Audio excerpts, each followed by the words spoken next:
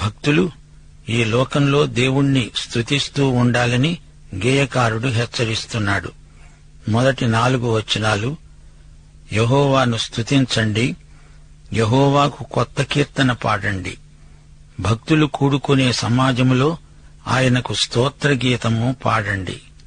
ఇశ్రాయేలీయులు తమను పుట్టించిన వానిని బట్టి సంతోషించెదరుగాక, సీయోను జనులు తమ రాజును బట్టి ఆనందించెదరుగాక.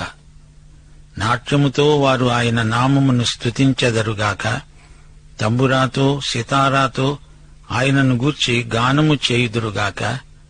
యెహోవా తన ప్రజలయందు ప్రీతి గలవాడు, ఆయన దీనులను రక్షణతో అలంకరిస్తాడు. 9వ వచనం వరకు భక్తులు మహిమలో యెహోవాను ఎందుకు స్తుతిస్తారో చెప్పబడింది. భక్తులు ఘనత నొంది ప్రహర్షించెదరుగాక. వారు సంతోషభరితులై తమ పడకల మీద ఉత్సాహగానము చేయుదురుగాక. వారి నోట దేవునికి చేయబడే ఉత్సాహ స్తోత్రములున్నవి. అన్యజనులకు ప్రతిదండన చేయడానికి, ప్రజలను శిక్షించడానికి గొలుసులతో వారి రాజులను, ఇనుప సంకెళ్లతో వారి ఘనులను, విధింపబడిన తీర్పు వారి మీద నడపడానికి వారి చేతిలో 2 అంచులు గల ఖడ్గమున్నది. ఆయన భక్తులకందరికీ ఘనత ఇదే. యెహోవాను సన్నుతించండి. 5వ వచనంలో భక్తులు ఘనత నొందుతారని ఉంది. అంటే ఇది పునరుత్థానం. వారు పడకలపై నుండే ఉత్సాహగానం చేస్తారు.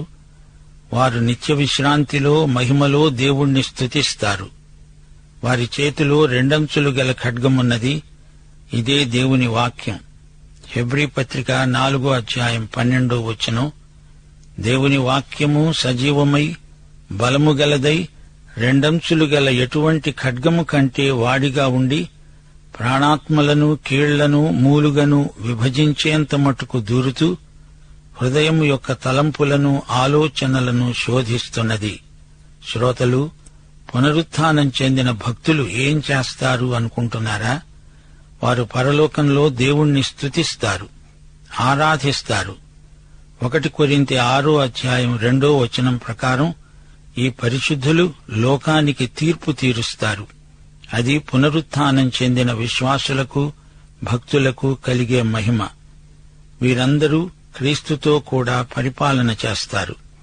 వీరు క్రీస్తుతో సహయాజకులు, సహపాలకులు. 1000 ఏండ్ల పాలనలో ఈ ప్రవచనం నెరవేరుతుంది. 1 కొరింథీ 15వ అధ్యాయం 24 నుండి 28వ వచనం వరకు సమస్తము ఆయన పాదాల కింద, అనగా యేసుక్రీస్తు పాదాల కింద ఉంచే వరకు ఆయన రాజ్య పాలన చేస్తూ ఉండాలి. కడపట నశింపచేయబడే శత్రువు మరణం. దేవుడు సమస్తము క్రీస్తు పాదముల క్రింద లోబరిచి ఉంచాడు. సమస్తము లోబరచబడి ఉన్నది అని చెప్పినప్పుడు ఆయనకు సమస్తమును లోబరిచినవాడు తప్ప సమస్తమును లోబరచబడి ఉన్నది అనే సంగతి విషదమే. సమస్తమును ఆయనకు లోబరచబడినప్పుడు సర్వములో సర్వమగు నిమిత్తము కుమారుడు సమస్తమును లోబరచిన దేవునికి తానే లోబడతాడు. మహిమలోని విశ్వాసులు ప్రభువుతో కలిసి పరిపాలిస్తారు. దేవునికి స్తోత్రం. ప్రియ శ్రోతలు, వారు యెహోవాకు కొత్త కీర్తన పాడుతారు అని ఉంది గదా, అది విమోచన గీతిక. పునరుత్థానము చెందిన భక్త బృందం పాడే పాట. ఆయన మన విమోచకుడే కాదు, మన సృష్టికర్త.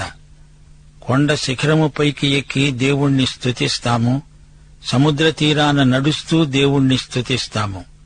ఎత్తైనా లోతైనా అంతటా దేవునికి స్తుతి స్తోత్రము.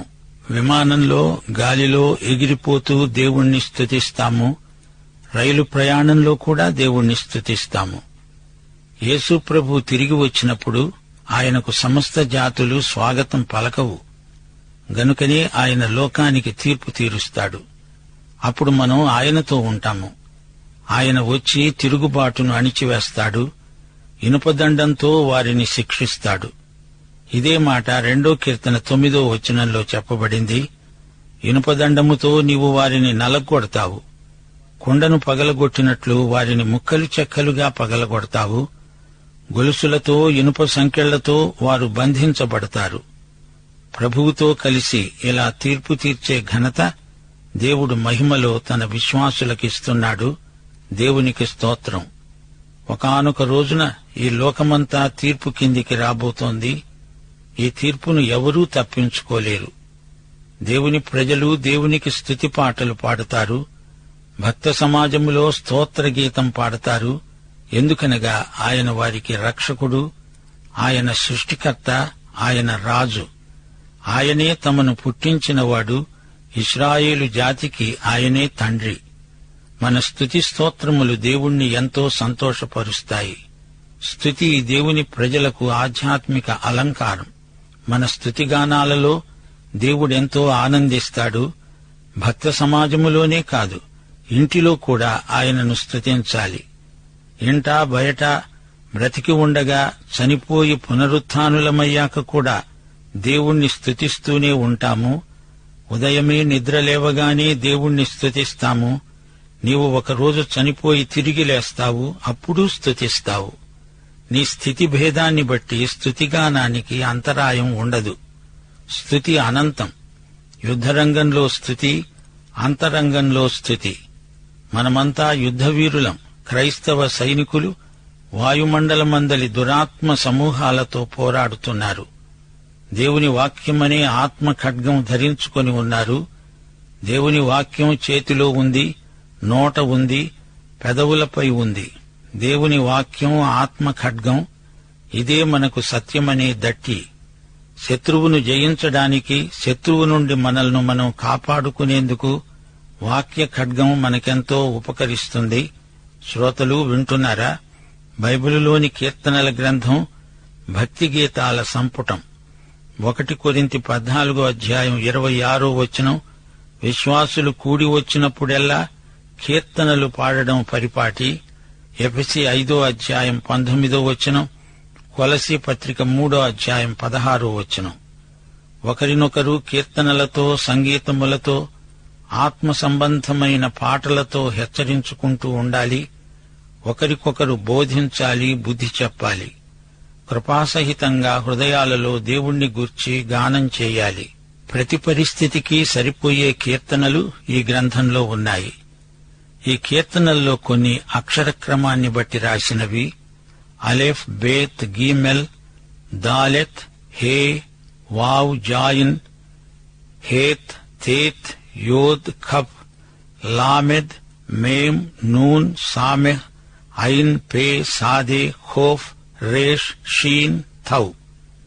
మొదటి అక్షరం ఆలెఫ్, 11వ అక్షరం ఖఫ్, చిట్ట చివరి అక్షరం తౌ, నూన్ 14వ అక్షరం. దేవుణ్ణి స్తుతించడానికి ఎన్నో విధానాలున్నాయి. గాత్రం ద్వారా, సంగీత వాయిద్య సాధనాల ద్వారా దేవుణ్ణి స్తుతించవచ్చు.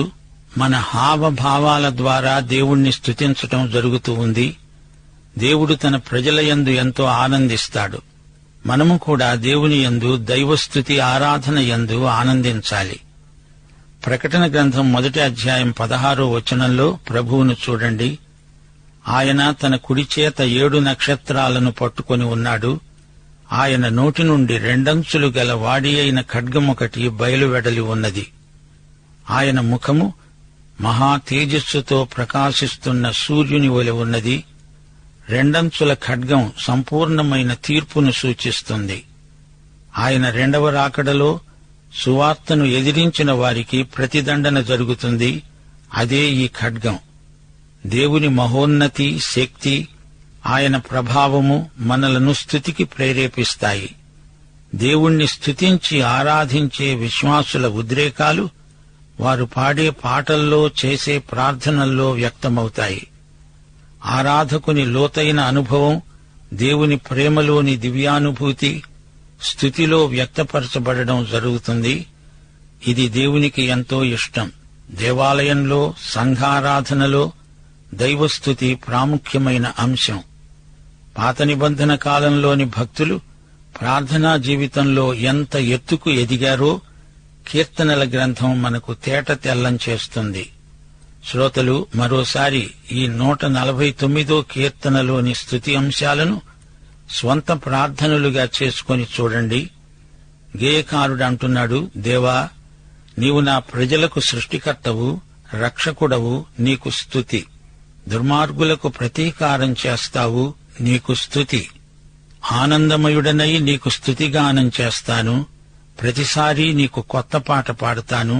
ప్రతి ఉదయము క్రొత్తగా కరుణ చూపుతావు, నీకు స్తుతి. పరిశుద్ధులు పాడుకోవడానికి రోజుకో కొత్త పాట ఇస్తావు, నీకే స్తుతి స్తోత్రము. ఇశ్రాయేలు ప్రజలు ఈజిప్టులో బానిసలుగా ఉండగా వారిని ఒక జాతిగా రూపొందించావు, నీకు స్తుతి. పరలోక రాజా, నీకు స్తుతి. దేవా, నీవంటే మాకెంతో ఆనందం. మా శరీర జీవాత్మలు నీ స్తుతిగానంలో నిమగ్నమైపోతున్నాయి. ఇది మాకు మహానందం, పరమానందం. మా స్థితిగతులను అధిగమించిన ఆనందం నీయందు మాకున్నది. మాయందు నీవు ఆనందిస్తున్నావు. క్రీస్తునందు మమ్ములను చూచినప్పుడు నీకెంతో ఆనందం. ప్రభూ, మమ్ములను పాపమనే అసహ్యకరమైన స్థితి నుండి తప్పించి రక్షణ అనే పవిత్ర సౌందర్యాన్ని మాకనుగ్రహించి క్రీస్తు పరిపూర్ణ సౌందర్యం మాకు ప్రాప్తించేటట్లు మాలో పని ఆరంభించావు, నీకు స్తుతి. ప్రియ శ్రోతలు, ఈ విధంగా కీర్తనల్లోని ప్రార్థనను మన స్వంతం చేసుకోగలం. వింటున్నారా? దేవుని ప్రజలెవరు? దేవుడు అతి నైపుణ్యంతో చేసిన కళాఖండాలు.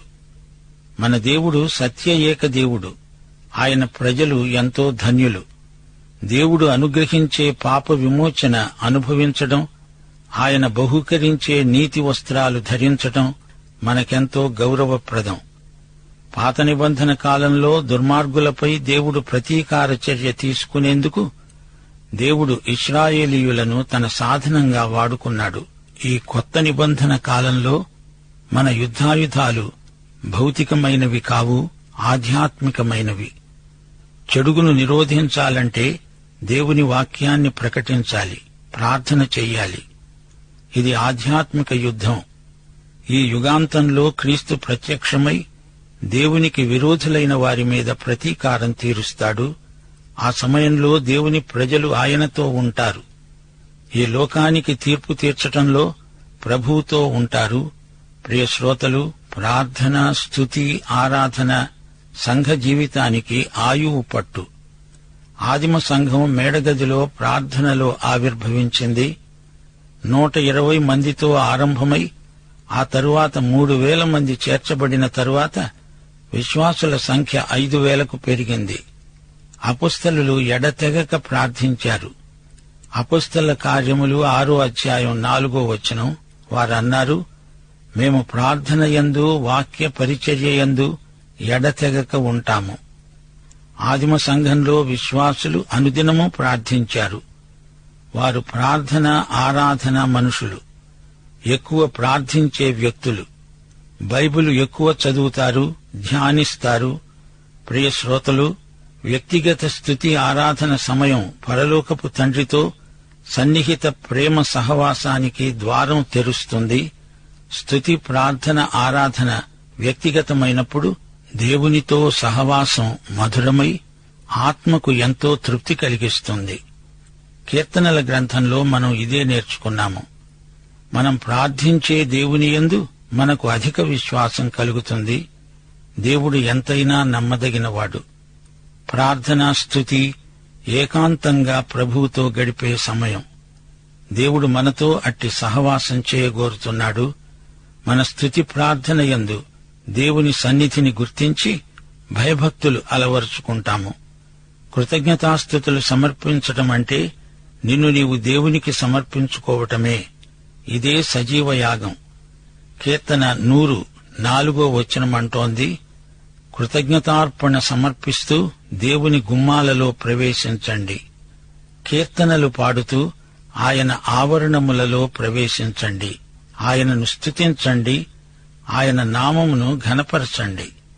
ఇదే హెచ్చరిక కీర్తనల గ్రంథమంతటా మనకు వినపడుతూనే ఉంటుంది. దేవుడెవరు?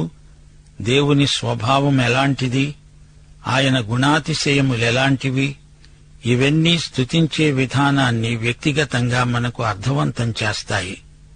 దేవుడు వ్యక్తిగతంగా ఏమి చేశాడు అనగా ఆయన వరం, ఆశీర్వాదం, ప్రార్థనకు ఆయన ఇచ్చిన జవాబులు గుర్తించడం, ఇవన్నీ కృతజ్ఞతాస్తుతులే. దేవుడు ఏమై ఉన్నాడో అదే మన జీవితాన్ని మారుస్తుంది, పరివర్తన చెందిస్తుంది. దేవుడు నా రక్షకుడు, ఆయన నా గత పాపాల నుండి నన్ను రక్షించాడు. ఆయన నా రక్షకుడు, నా విమోచకుడు, ఆయన నన్ను రక్షించే ప్రభువు. భయాల నుండి, అనుమానాల నుండి, నా క్షణిక ఉద్రేకాలలో నాకు కలిగే తొందరపాటు ధోరణుల నుండి నన్ను రక్షించి విడుదల ప్రసాదించే ప్రభువు మన రక్షకుడు. మహాబలుడు, విశ్వసనీయుడు అనే తలంపులను వ్యక్తం చేసినప్పుడు అది స్తుతి సమర్పణకు ఆధారమవుతుంది. దేవుడు సర్వశక్తిమంతుడు, దేవునికి స్తుతి. మనకు ఆధ్యాత్మిక జీవితంలో ఎదురయ్యే అంతరాయాలను ఆయన తొలగించడానికి సమర్థుడు. ఏది ఏమైనా ఆయన నన్ను బలపరుస్తాడు. ఆయన సర్వశక్తిమంతుడు అనే విశ్వాసాన్ని ప్రకటించటమే స్తుతిలోని విశేషం. దేవుడే మన సత్య ప్రత్యక్షం. దేవా, నీవు విశ్వసనీయుడవు, సత్యసంధుడవు. నీ వాక్య సత్యాన్ని నేను మనస్ఫూర్తిగా నమ్ముతున్నాను. నీ వాక్యం ఎన్నడూ వృథా కాదు. నీ వాక్యము బంధించబడనేరదు. నీ సత్యమందే మాకు స్వేచ్ఛ ఉన్నది. నీ వాక్యమిచ్చే సర్వస్వతంత్రాన్ని బట్టి నేను తిన్నగా నడువగలను. ఇదే నమ్మకాన్ని మనం పదే పదే పునరుద్ఘాటించాలి. ఈ విధంగా ప్రతిరోజు దేవుని స్వభావ గుణగణాదులను మనం స్మరించుకోవడం స్తుతి జీవితానికి ఎంతో అందాన్ని సంతరిస్తుంది. దేవునికి, యేసు ప్రభువుకు ఉన్న అనేక నామధేయాలను నోరార ఉచ్చరించడం స్తుతి ఉజ్జీవానికి హేతువవుతుంది. మన స్తుతి జీవితం ఏ రోజుకా రోజు తాజాగా ఉండాలి. దేవుని ఎదుట విరిగి నలిగిన హృదయంతో స్వచ్ఛందంగా నిన్ను నీవు అప్పగించుకోవడం స్తుతి జీవితంలో ఎంతో మధురమైన అనుభూతి. శరీరమే కాదు, మన హృదయమే దేవుని సన్నిధిలో మోకరిల్లాలి. శరీర పాపాలు జరగకుండా ప్రతిరోజు మొట్టమొదట శరీరాన్ని ఆయనకు సజీవ యాగంగా ఇచ్చివేయటం తెలివైన పని. ఇది మన ప్రాథమిక కర్తవ్యం. ప్రభు అయిన యేసుక్రీస్తు వారి సత్కృప, తండ్రి అయిన దేవుని సన్నిహిత ప్రేమ, పరిశుద్ధాత్మ సహవాసానుభూతి మనకందరికీ సదాకాలము తోడై ఉండునుగాక. ఆమేన్.